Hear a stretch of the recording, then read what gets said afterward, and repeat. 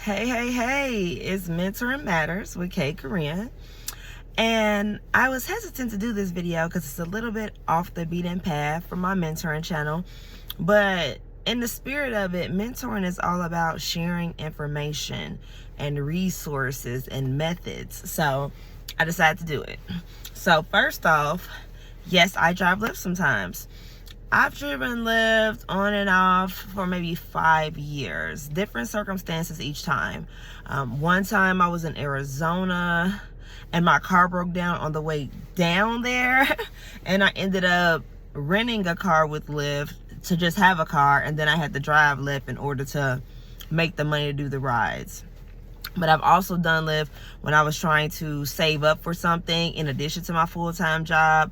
I've also done Lyft on like a bored weekend because I'm divorced. So my ex-husband takes our children on the weekend. If I'm not doing anything, sometimes I'll cut on the app and just kind of see where people are going, where the popular, and for me, Black-owned restaurants and establishments in my area that I may not have heard about. So it's all kind of little reasons. There's been a few times I need to build up my emergency savings, and that was just the best way to do it. Just take everything I earn on the weekends or in the evenings and throw it in there. Okay, so I wrote a list of, I should cut off my car. No wasting gas. I wrote a list and I completely forgot it. I left it in the house and I'm already out and about now. So I'm going to try to remember because I had 8 or 9 things on there, man. But that's how it goes with like inspiration. Like, I need to get this done now. If I delay it till I go back home and get my notes, it may not have the same impact, or it may not get done, in all honesty. Okay, so, and I wore my shades because the sun has just been crazy lately. I tend to wear shades when I'm driving during the day, and so to be authentic to my look when I'm driving, I have them on during the video. I know you guys are like, what the hell is she doing? We can't see her. Okay, so number 1, use your filters. There are 3 filters in the Lyft world. I'm not sure about Uber. 1 is to stay within your local area, and you can make it for 5, 10, 15 miles or whatever. I usually do 10 because it's 10 miles in either direction. So if you go 10 miles north, you could get a ride 20 miles from you because it's 10 miles back to where you were, and then 10 miles beyond that. That's plenty of space, especially if you're in a big city. That's quite a distance. And the reason I say that is because I've had some experiences where I got a ride that I felt was paying a good amount, but it was paying a good amount because it's going far out. And to a good amount for me for a Lyft ride, I'm going to say is like over $25. That's a good price because you're roughly going to make about $10 per ride. And if it's busy, you'll get about 3 rides an hour. So there's the potential to make $30 an hour at $10 per ride, 3 rides an hour. If you're in one area, grab you, drop you, grab you, drop you.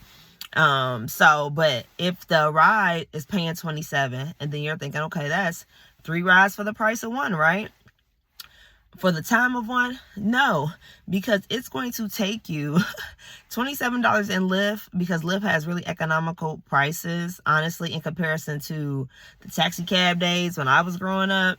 So it's going to take you out to buttfuck countryland. And when you get out there, you're not going to get any rides. So now you've taken the hour and driven out and made the 30 that you feel like you would have made within that hour. Now you got to bring yourself back an hour back.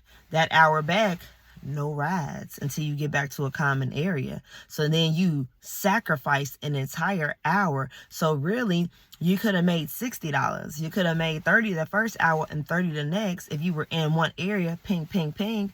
But because on that ride back, you missed 3 rides and you jag the gas. That gas isn't coming back. That's a big part of Lyft. You want to make sure you're getting the bang for your buck. You're going to have to be gassing up. You don't want gas taking up more than, a certain amount. I'm going to say 10% or so. So that means if you're trying to make $200, so let's take it up a bit. Gas right now here in Chicago to fill up my tank is about $40. And let's say I'm trying to make $200 a day. So I'm already only really profiting $160. And that's once I, drain my whole tank driving. I'm going to reduce my profit down, from 160 to 120 or 130 if I am driving during times that I'm not getting paid. I'm not getting paid for that drive back to a metropolitan area. And so I'm not even going way out there. That's another reason that I don't drive around. So I guess that's rule number 2. Rule number 1, use your filters. My favorite filter is to stay within 10 miles. And if I do take a further ride, I do the destination filter on the way back. So that is when you are getting rides that are going back the way that you came from to whatever destination you want. I always put in my house. But again, if there are no rides available, there are no rides available. So I'm really only going to take a far ride to another largely populated area. And then I'll use the filter and put in my house address to make sure that the rides I get coming back, to make sure that I'm getting rides on the way back to my area, because you can get further and further and further away from home just over the course of the day. You took this ride, you took that ride. You could end the day, 50, 60, 70 miles from your house, and if that's the case, if it's a highly populated area, you'll be able to use the destination filter to make sure you're getting rides on the way home versus losing money on the way home. And then the third filter is arrive on time.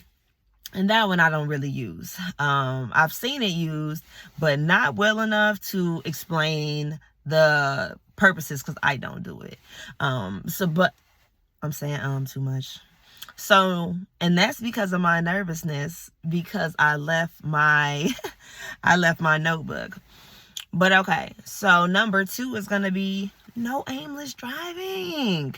I know that once you drop somebody off, you don't want to be sitting outside their house like a creeper. So pull down a block or 2 or go over to a local gas station, Walmart, Walgreens, park, whatever, library.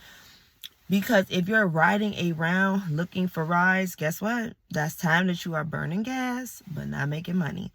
If you are staying in an area that gets rides, just be patient. Give it 5, 10, 15 minutes maybe. Now, if it's dead after 15 minutes, that's one thing. But a lot of drivers, as soon as they drop off the person, they're just driving aimlessly in no particular direction, burning gas. So those first 2 are about conserving the gas and staying in an area where you know you're going to get the rides. Number 3, work smarter, not harder, man. This is me stopping myself from saying I'm all about the transparency on my channel. So number 3 is about working smarter, not harder. There are peak times with Lyft, typically when people are going to school and to work and when people are leaving school and work. So you do have to be a bit disciplined, because from 4 a.m. to 9 a.m. is truly the power 4 hours or 5 hours. Yes. And so it has multiple purposes. For one, you're going to get a lot of rides. Also, because it's a high demand time, you're going to get some of those bonuses where Lyft gives you anywhere from an extra $2 to extra $20. Today I made $23 on a $3 ride because I got a $20 bonus for being available at the time. So you're getting the rides, you're getting the bonuses. Also, the rides are going to keep you motivated. When it's dry and you're getting 1 ride per hour in the middle of the day, it can be very discouraging. So you're also doing that to keep your own energy up. So you're hitting the rides, your energy is up, you're getting the bonuses, you have no wasted time out there.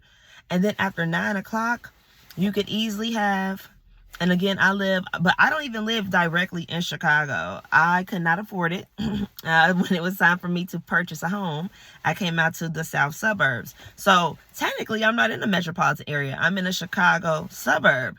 And I still pink out here. I'm going to add in this tip. We have a lot of Amazon warehouses. There are about 3 in the south suburbs. So during those times, there's a shift change. So I'm constantly back and forth to one of those 3 plants. There are no weirdos. These are people who are going to and from work. One of them told me that they had that Amazon has a affiliation with Lyft where they were getting discounts for taking Lyft. So if you can find a warehouse or a big business in your area, a lot of people default to the airport, but being in the south suburbs, I'm way too far from the airport. So you don't have to do what other people do or what you think is most common for Lyft or what people need the most rides. Because I would have never thought Amazon until I got out here and saw what really worked for me. But wait, I'm still on number 3. Oh, high traffic. Not high traffic. And then I hate traffic. So I'm in the south suburbs. I'm not going to incur a lot of traffic, but I am going to incur a lot of people who do not have great access to public transportation because we're in the suburbs, who need to get to and from work, who need to get to and from school. So you want to, first I'll work within whatever your natural situation is, but then see the benefits of that situation, because a lot of people drive all the way into Chicago in order to drive, and I do not do that, And then in the afternoon, it's Lyft tells you from 4 to 6, but my experience, it's like 2 to 7 that there are constant rides, pow, pow, pow, pow, and people are in a better mood because they've just gotten off, so you're more likely to get a tip. So in the morning from 4 to 9, I go out, I hit those mean streets. I have a timer set to call my kids and tell them get up, go to school. I check their clothes and everything the day before, and then now I'm back home at about 9 o'clock in the morning. So from 9 to 2, I am cleaning up, running errands, starting dinner, sending voice notes to my best friend, checking my emails, continuing my job hunt, because that's another thing. To me, Lyft is a major key alert, major key to being independent. Sometimes your job had you fucked up, but sometimes it just wasn't best serving you, and you got up every day and you just felt lifeless in that place. And you don't want to quit because you need the income, especially times like this. We're going into the holiday. You need the money. And yeah, you know how it goes with unemployment. Even if you quit, you can't get unemployment. And even if you get the unemployment is 40% of what you made.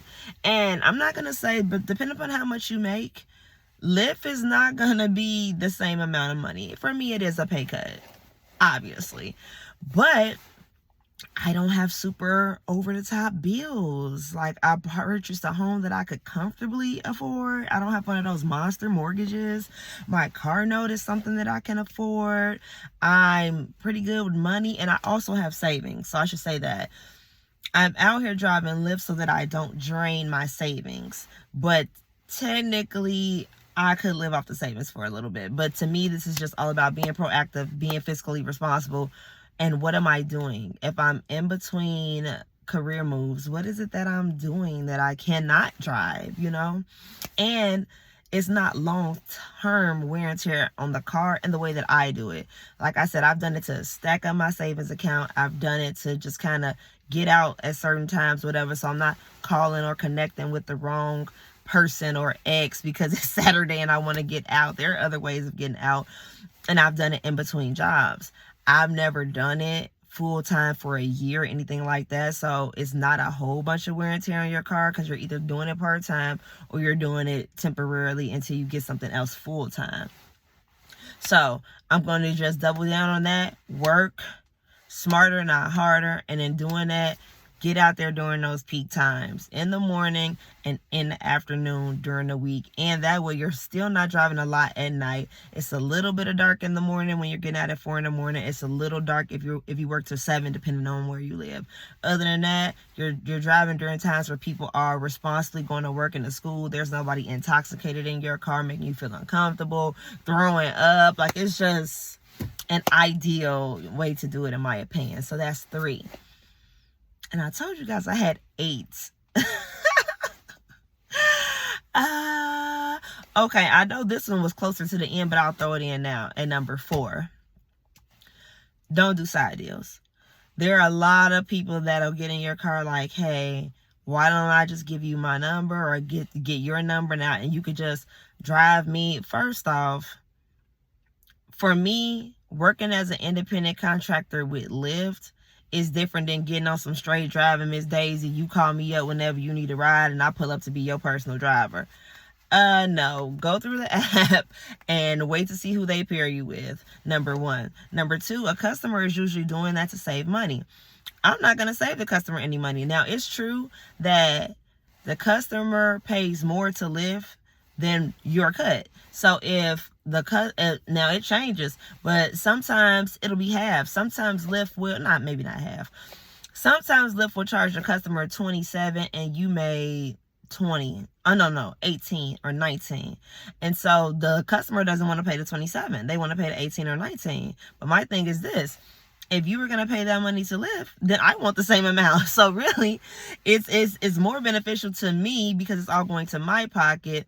And so what is the benefit to the customer if they're paying the same amount? Well, again, I'm from Chicago. The customer could want to do something illegal. The customer could tell you you're going to one place and then they got you going someplace else. The customer could ask somebody, have you pull up somewhere and somebody else hops in that car, someone who you don't know or somebody who looks shady. The customer could be picking something up. You don't know what they just picked up and threw in your trunk. It's risky business. And all the while, you've told Lyft, because you've canceled the ride and essentially done the side deal. So either you canceled the ride and you're doing the side deal now, or you've planned a side deal for a different time. Either way, Lyft doesn't know where you are or who you're with because you're doing this business offline. Huge safety issue.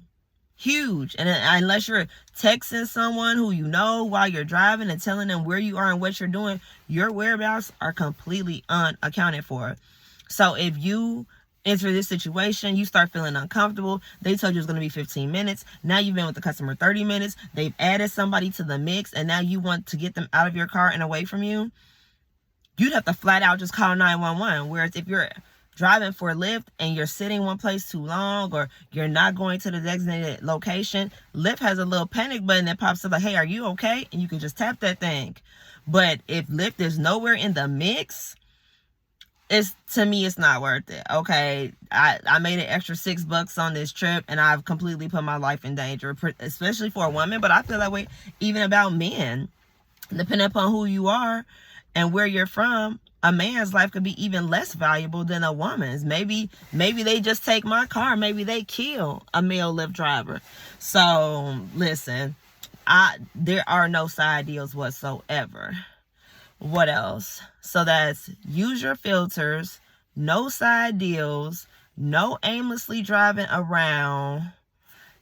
Go get out there during the major peak times and make sure you're never wasting gas. Now that's 4. I had 8. I know one of them was staying positive. Oh, whatever system you come up with, work that system and be consistent, because it can feel like slow money at certain times. If you're looking and you see $6, now I'm up to $12. Now I'm up to $25. That's slow, because most of us are used to getting a check, and that check got, $2,000 plus on it at a time. So you go from seeing, it's a visual thing, seeing over $2,000 in one lump sum to kind of seeing or feeling like you're nickeling and diming yourself. It can be discouraging. So just know that money is building up. I'm also going to say, do not cash out too often, because that'll kill you. Because now it's going into your account. You might have some automatic withdrawals. If somebody asks you for some money or something should come up and you look at your bank account and it's there, you're giving it. But what if you're trying to, what if all this week you know that money needs to go to your rent or your mortgage? Leave the money in the app.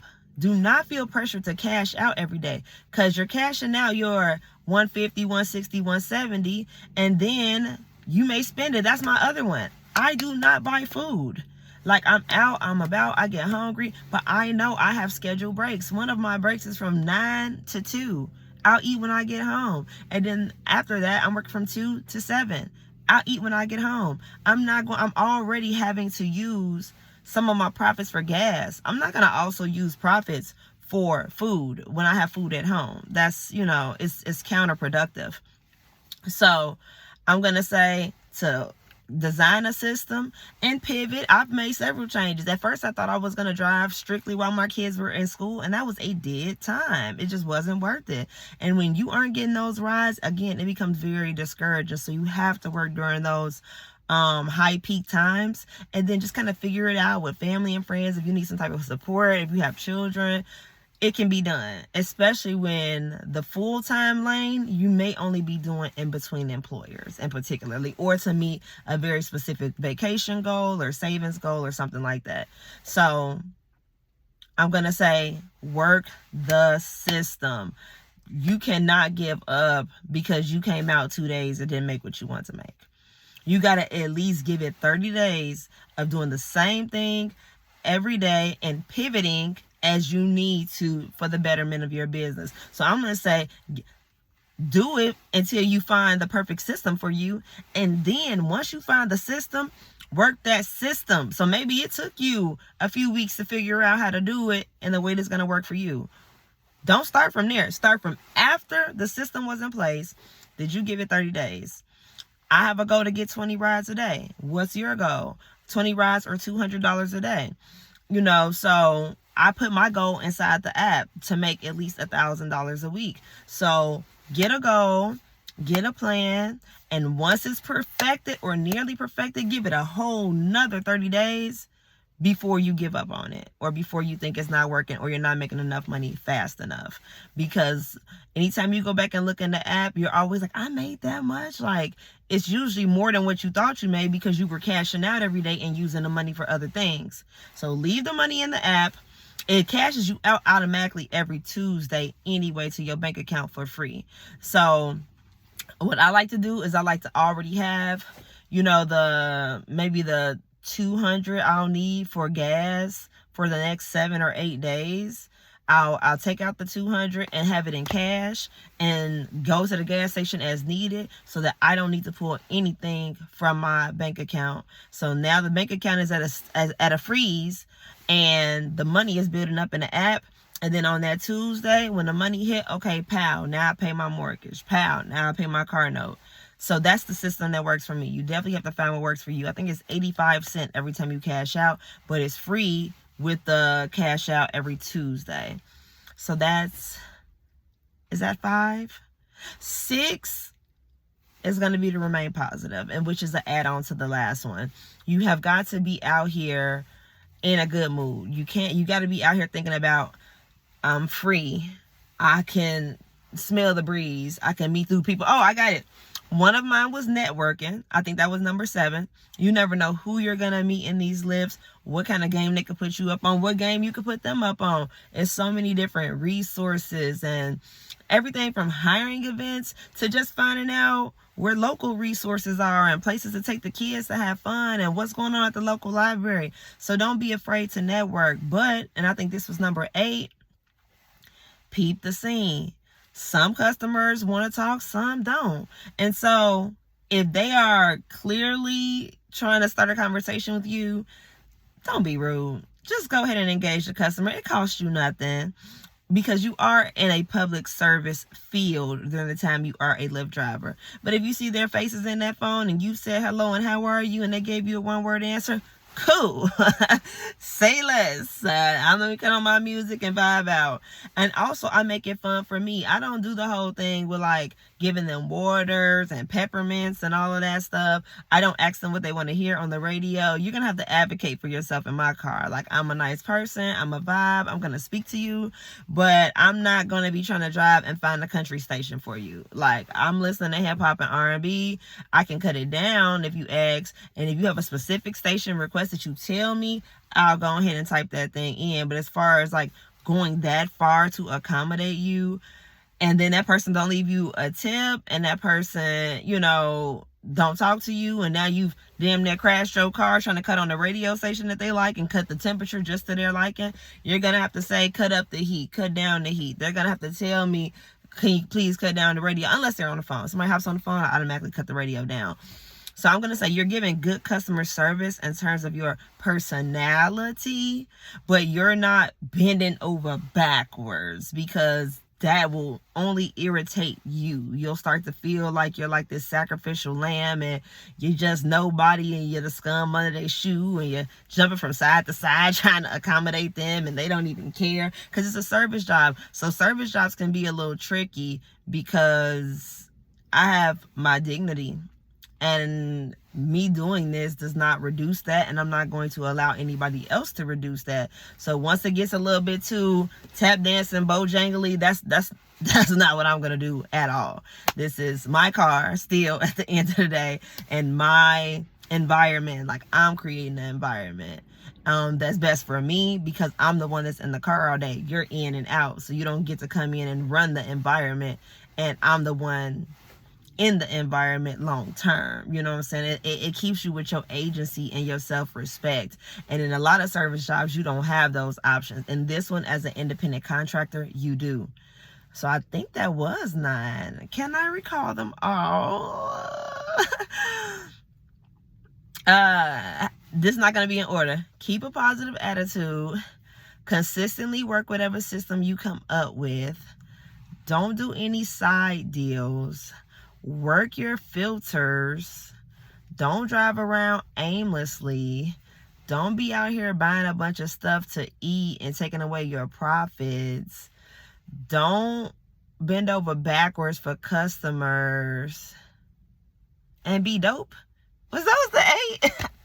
I don't know, but hopefully this helps someone. I didn't mean to make it this long, because I know when people click on videos like this, they're like, give me the information and let me go. And I literally talked as fast as I could.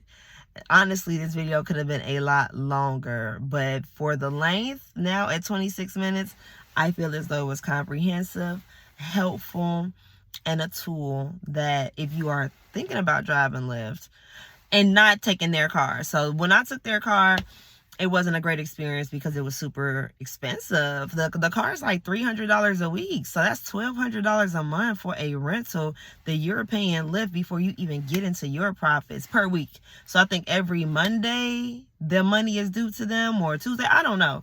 But I'm going to recommend driving your own car if at all possible, and just using Lyft as a temporary solution. I suppose if you are a full-time Lyft driver and that is your bread and butter permanently, it may be worth it to get the car from them so that you don't run out your car, because doing 20 rides a day every day for 2 years or even 1 year, that could start to cost you a lot in maintenance on your vehicle. Whereas when you rent the car, you don't do anything but put gas in it.